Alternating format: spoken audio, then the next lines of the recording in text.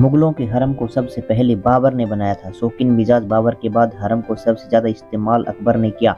अकबर के हरम में 5,000 से ज्यादा रानियां थी, लेकिन हरम के अंदर इन औरतों की क्या हालत थी ये आज हम आपको बताते हैं।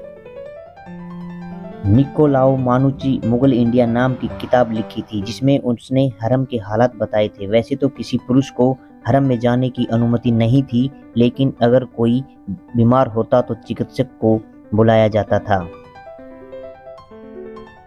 किताब में लिखा है कि वो एक चिकित्सक था और उनके दारा शिकोह के साथ संबंध अच्छे थे। एक बार जब वो इलाज के लिए हरम में जा रहा था, तभी दारा शिकोह ने हरम की सुरक्षा में तैनात रहने वाले किन्नर को आदेश दिया था कि आंखों को ढक रहे कपड़ों को हटाकर मनुची को हरम में भेजा जाए। इसके पीछे दारा शिकोह की सोच ये थी कि ईसाइयों की सोच में अश्लीलता नहीं होती है जैसे कि मुस्लिमों में होती है, इसलिए उसे आज़ादी के साथ हरम में जाने की अनुमति मिली थी। मनुची ने लिखा है कि हरम में महिलाएं झूठी बीमारी का नाटक करती थी, क्योंकि बादशाह के अलावा उन्हें किसी से मिलने की इजाज़त नहीं थी।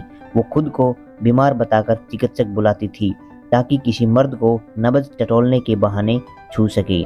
मनुची लिखते हैं कि चिकित्सक और बीमार महिला के बीच एक पर्दा लगा होता था। जब चिकित्सक नब्ज देखने के लिए मर्द पर्दे के भीतर हाथ बढ़ाते थे, तो कई बार महिलाएं हाथ चूम लेती थी, तो कुछ प्यार से काट लेती थी। इतना ही नहीं, कुछ तो हाथ पकड़कर अपने शरीर को सहलाती थी। मुगल हरम में कुछ औरतें शादी करके लाई जाती थी, तो कुछ जबरन। हरम के अंदर पैदा हुए बच्चों के लिए स्कूल और मैदान होता था। हरम में शादी खजाना, गुप्त दस्तावेज और शाही मोहर भी रखी जाती थी। मनुची लिखते हैं कि हरम में औरतों का जीवन आलीशान था। शाही कपड़े, आराम के सारा सामान, दासियां और सेवा में लगे किन्नर। हरम में औरतें संगीत, कहानी या फिर मुर्गों की लड़ाई से खुद का मनोरंजन करती थी। हरम में महिलाओं की तादाद इतनी ज्यादा होती थी कि कभी कभी तो ताउम्र उन्हें बादशाह को देखना नसीब नहीं होता था। लेकिन सब औरतों की स्थिति हरम में एक समान नहीं थी। बादशाह की पत्नियों में जो पहले बेटे को जन्म देती थी, उसका हरम में सम्मान बढ़ जाता था। जो बीमार होती, उसे बीमार खाने भेज दिया जाता था।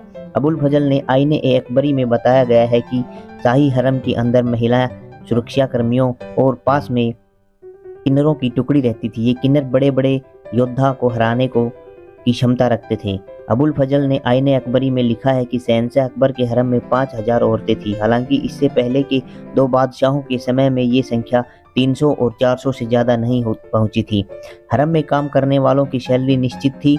इसमें सबसे ज्यादा सैलरी दारोगा की होती थी, जिसे 1,000 से 1,500 रुपए महीना मिलता था। ये उस जमाने में एक बहुत बड़ी रकम थी। हरम में काम कर रहे साधारण नौकर को भी 2 से 51 रुपए महीना वेतन दिया जाता था।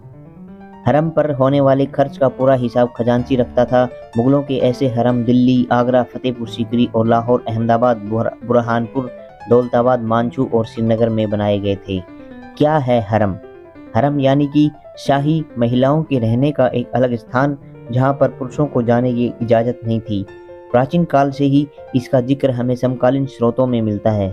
हरम अरबी भाषा का शब्द है, जिसका मतलब होता है छिपा हुआ स्थान। समय के साथ साथ इसका प्रयोग महिला कक्ष के लिए होने लगा। हिंदी में हरम का मतलब महल, सरा, संस्कृत में अंतापुरा होता है। तो फ्रेंड्स, कैसी लगी ये कहानी हमें ज़रूर बताएं।